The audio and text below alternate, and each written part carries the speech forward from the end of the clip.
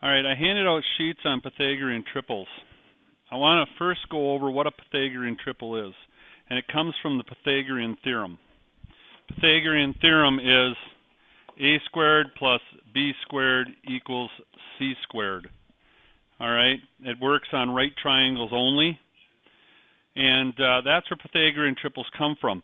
So when you take a look on your sheet, a 3, 4, 5, that's a right triangle where the two legs are 3 and 4, and then the last number, 5, is going to be your hypotenuse. So if we looked at this, we go 3, 4, and 5. Now if you look at, there's quite a few Pythagorean triples in here. The 5, 12, 13, the 7, 24, 25, 8, 15, 17, 9, 40, 41. The ones that you're going to see the most often are going to be the first two, the 3, 4, 5, and the 5, 12, 13, or some derivation of that. If you take a look right below the 3, 4, 5, you see the 6, 8, 10. That is a 3, 4, 5 triangle. It's just multiplied by 2. If you look below the 5, 12, 13, you see the 10, 24, 26. That is a 5, 12, 13 triangle, just multiplied by 2. All right.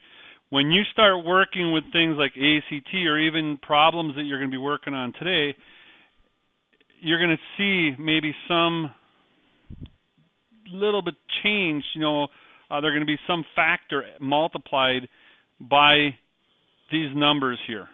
All right, and they could be any one of these different triples. Now, the video that I want to watch is it's a guy, and he goes along kind of fast, but it's a guy, he shows how to be able to generate the Pythagorean triples. In other words, you don't have to go and figure, do each one. There is actually a way that you can go and generate your Pythagorean triples, which is kind of cool. The chart that he uses, I have not found online yet, so I'm still searching for that. I'd like to be able to get you that chart also. So let's go ahead. We're going to watch this video real quick, and I'm going to explain. I'll stop the video as we go, and I'll explain what he's doing.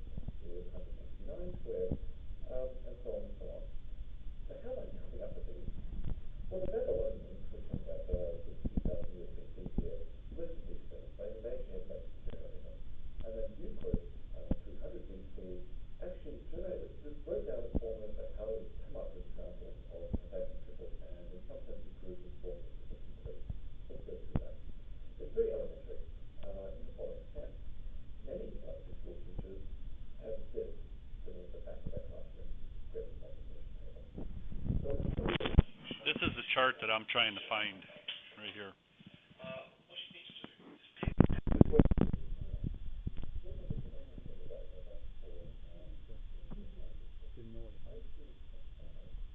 That's what he's doing. Oh, it's your multiplication chart? Is that what that is? I didn't even recognize it. I really didn't. I didn't recognize the multiplication chart.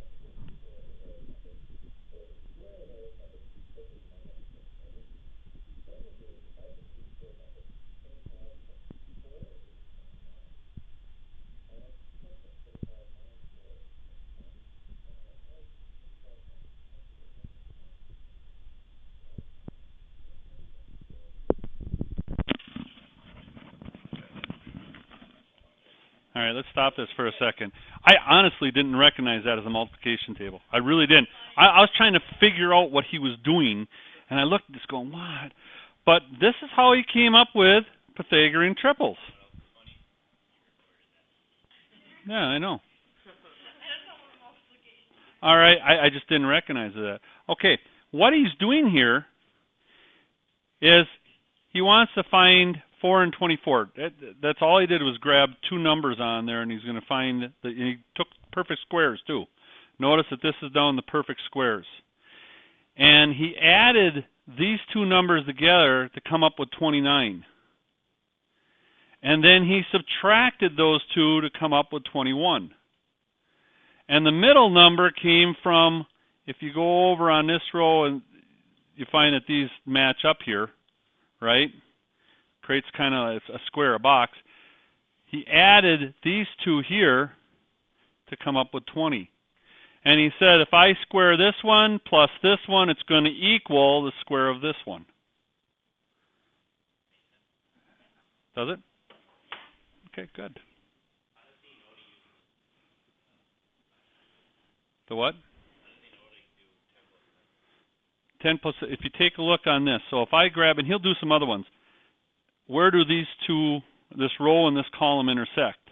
At 10 and at 10. Okay, that's where he comes up with it. Let's choose another two square. Let's like choose 6, 9, and 1. Let's look at that.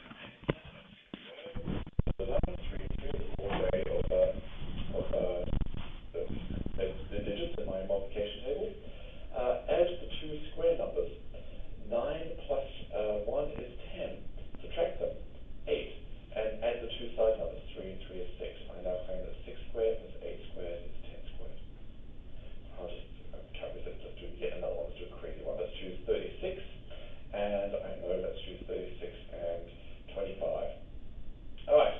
Add them. 36 and 25 is 41 is 61.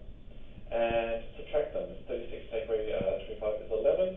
And add the corresponding side numbers. In this case, it's 13 is 30 is 60. I claim 60 squared plus 11 squared is 61 squared. There we go. So why is this working? In fact, now you have tons more to do.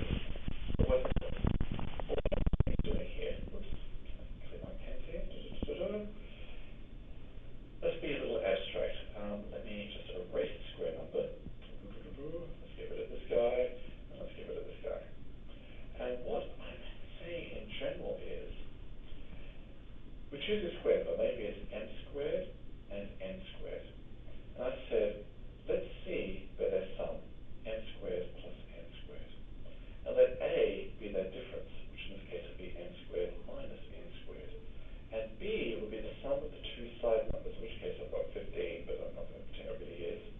It's going to be, well, this is the nth row and the nth column. This is the nth row and the nth column. This is going to be n times n plus another n times m is 2nn. So I'm claiming this number squared plus this number squared equals this number squared. So we'll exercise in algebra. Here goes. A squared plus b squared gives me is going to be m squared minus n squared plus 2nn squared. This will be m to the 4th plus n to the 4th plus the cross terms minus 2n squared n squared plus 4n squared n squared. Well, this is m to the 4th plus n to the 4th minus 2n squared n squared plus 4n squared n squared is plus 2n squared n squared. But actually, that is n squared plus n squared squared. C squared. Bingo. So let's trick them into square numbers, adding them, subtracting them. All right. What he just did there is if you get into some higher level math courses, you will. He just proved a squared plus b squared equals c squared. That's what he just proved using the multiplication table chart. I didn't recognize it. I just did not recognize it. I'm looking at it doing Pythagorean triple searches, and I'm going, oh, why can't I find that chart? I never recognized it. He did. He did say it. Yes, he did say in most third grade classrooms. Yep. There's one hanging there, and that's probably where I need to find it, right? But anyway, so that's what I wanted to start out class with, guys. This is actually a really good practice to be able to use this to be able to figure out your Pythagorean triples if you ever need to, right? You now know where to go get them and how to get them. All right. And Zatrina, if you're watching this, sorry all that was in red.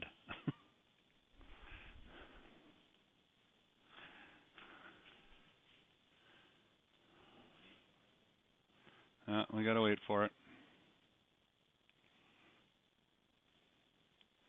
All right. We started out with Pythagorean identities last week. Sine squared theta plus cosine squared theta equals 1.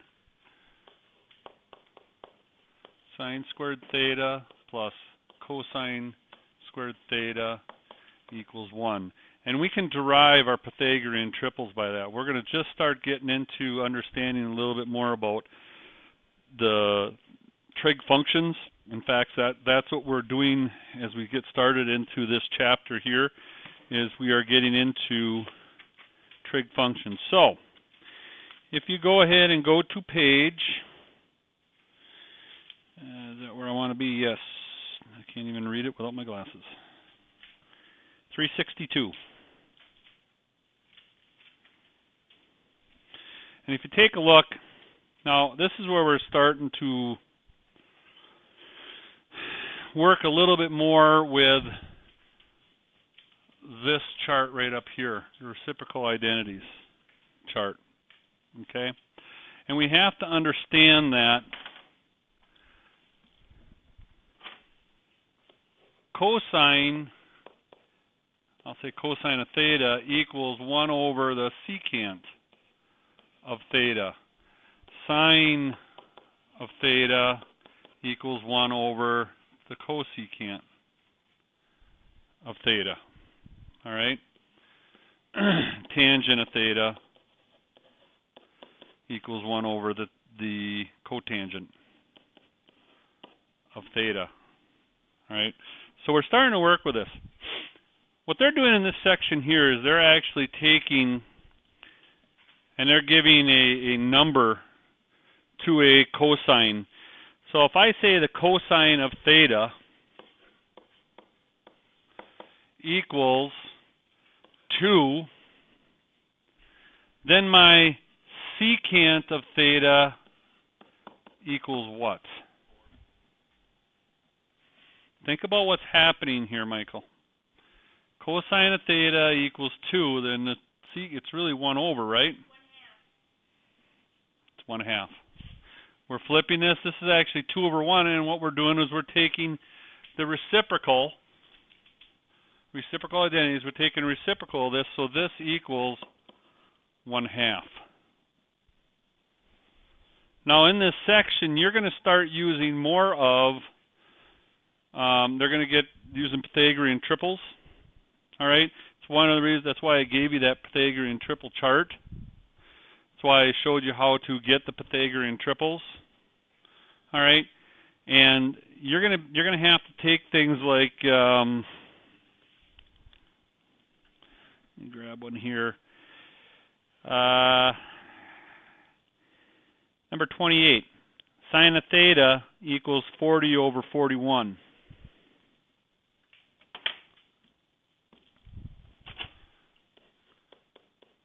Sine of theta equals 40 over 41.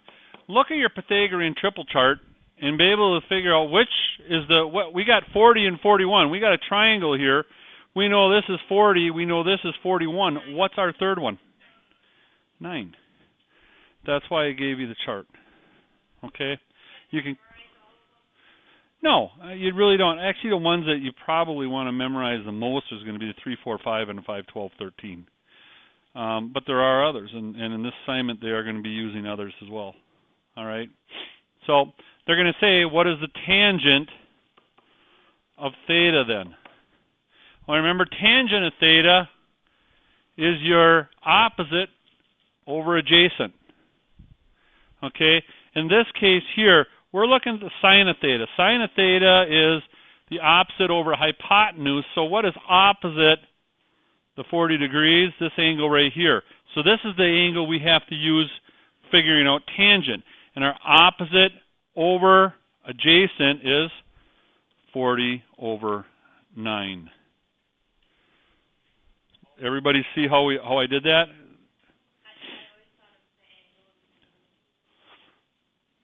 Now, remember what sine is. Sine is opposite over hypotenuse. Okay? Well, we know where our hypotenuse is, right? We don't have to really search for that. What we need to do is find out what angle is opposite that 40. It's this angle right here. So we know that's the angle we're talking about. And when we take the tangent of that angle, it's always opposite over adjacent, and that's how we know it's 40 over 9. Any questions with that? How I got that? Okay. That's what your assignment's going to be with today. That's what we're going to work on today. You got 20 through 33 to do. Now, tell you what, let's do the evens on that, because I want to get into the next portion. Evens, just do the evens, what is it, 20 through 32. Evens, wow, I can't even write. Evens, 20 through 32. That's the first part of your assignment. All right, second part. We are going to take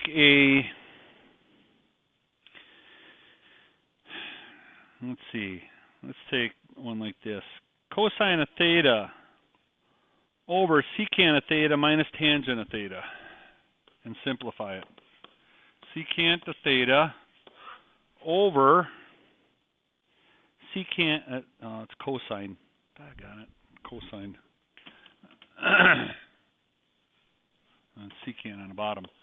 Cosine of theta, secant of theta, bless you, minus tangent of theta. Now we need to reduce this.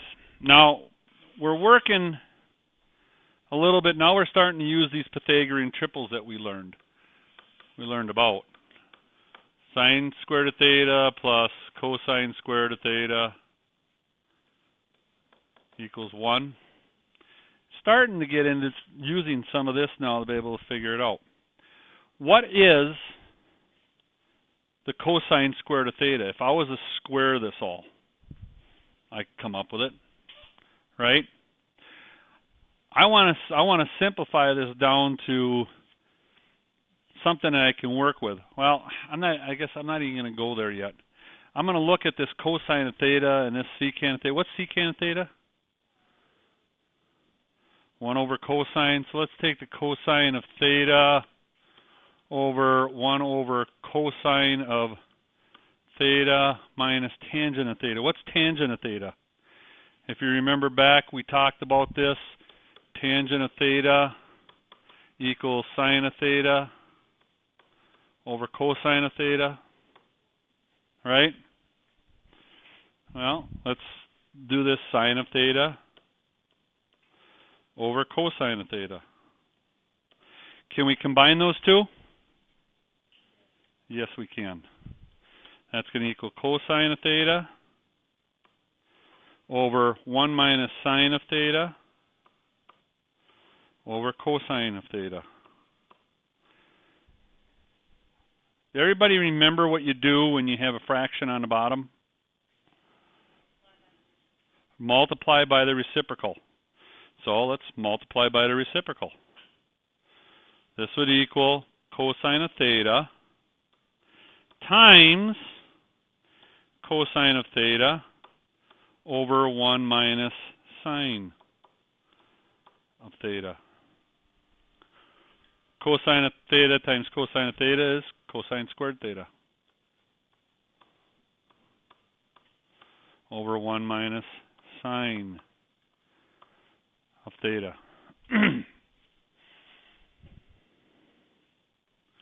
Can we reduce this farther?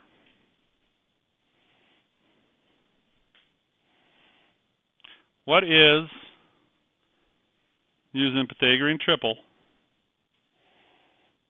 what can we do here? Erase this portion of it.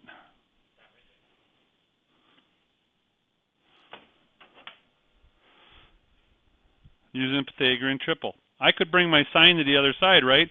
And I can say here that cosine squared of theta equals 1 minus sine squared of theta.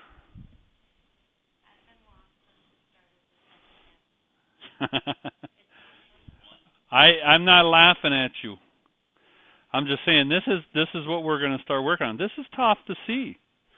And you have to play with it and know what you're doing. You have to know what sine, cosine, and tangent are. You got to know what the reciprocals are. This isn't going to be easy to figure out. So if I see this, I know I can change out my cosine squared of theta, right? I can change this out to 1 minus sine squared of theta over 1 minus sine of theta.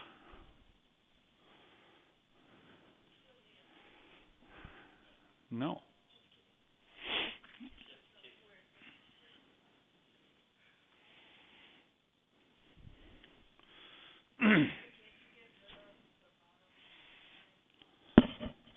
What if I did this? What if I was to show you this?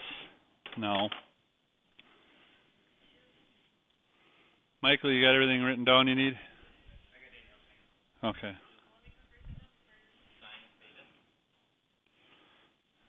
Hold on. Think of 1 minus x squared. Can I break that up? Yes, I can. 1 plus x squared, 1 minus x, or 1 plus x, 1 minus x. Just like saying, you guys got it? Let me erase this part here.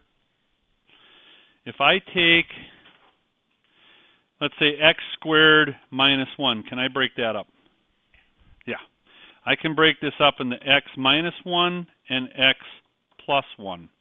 Right? That's what x squared minus 1 equals. If I take 1 minus x squared, can I break that up? Bless you. Yeah, I can break that up to 1 minus x and 1 plus x. Okay, I've got 1 minus sine squared. What can I break that up into? Of theta, bless you. 1 plus sine of theta and 1 minus sine of theta over 1 minus sine of theta. These two cross out. What am I left with? 1 plus sine of theta. Yeah, that's what this here equals.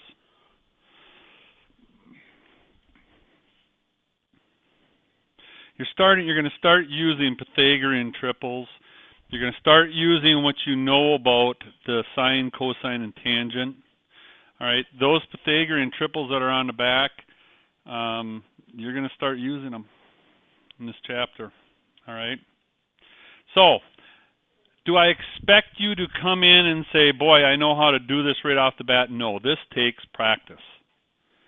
This takes practice to see where do I want to go. Let me erase. Well, this is what this chapter is about, Michael. Sorry, bud. Yeah.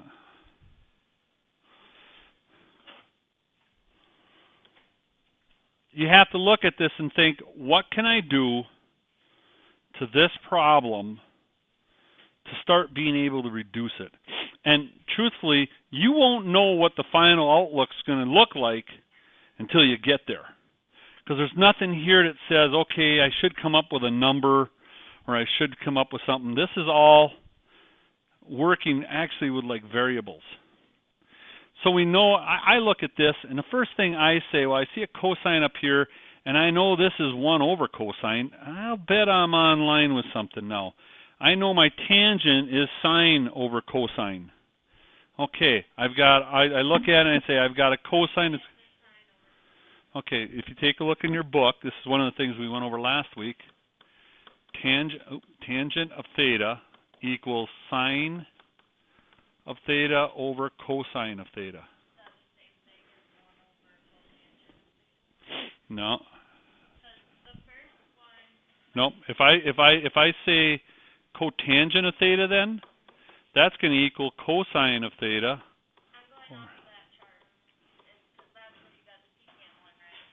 Well, secant is here, 1 over cosine. Tangent is in the book. That was something that we learned last week. It's in the book. This is something I showed you last week. Okay. Knowing this, knowing that this is actually, bring it down a little bit.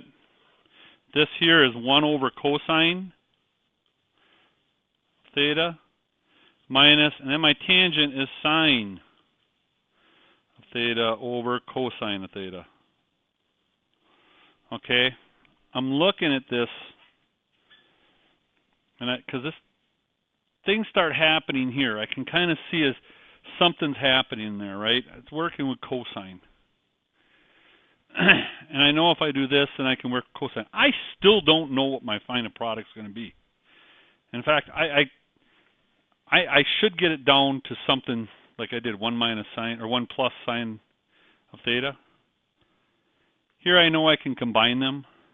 And then I look at it, well, I can invert that and I can bring it up and I can make this cosine squared. And then I know my Pythagorean triple of sine squared plus cosine squared equals 1.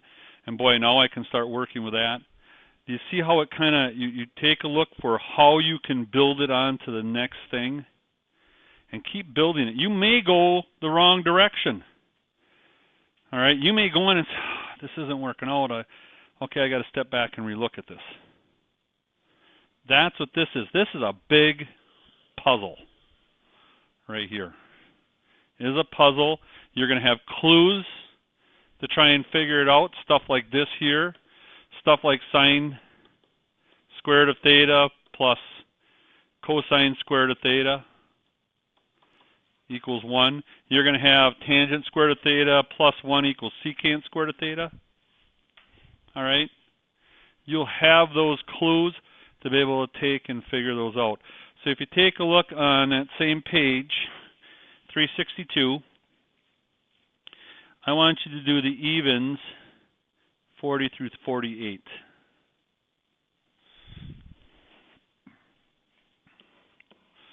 Two 262? 362. Evens 40 through 48. All right. Questions? This is tough. This is like playing one of your games where, if you ever played some of your games where you had to figure clues out and you got to find it, that's what this is. This isn't, and you may have a tough time with some of this. This isn't straightforward stuff. This is plugging and playing and seeing what you can come up with. Okay?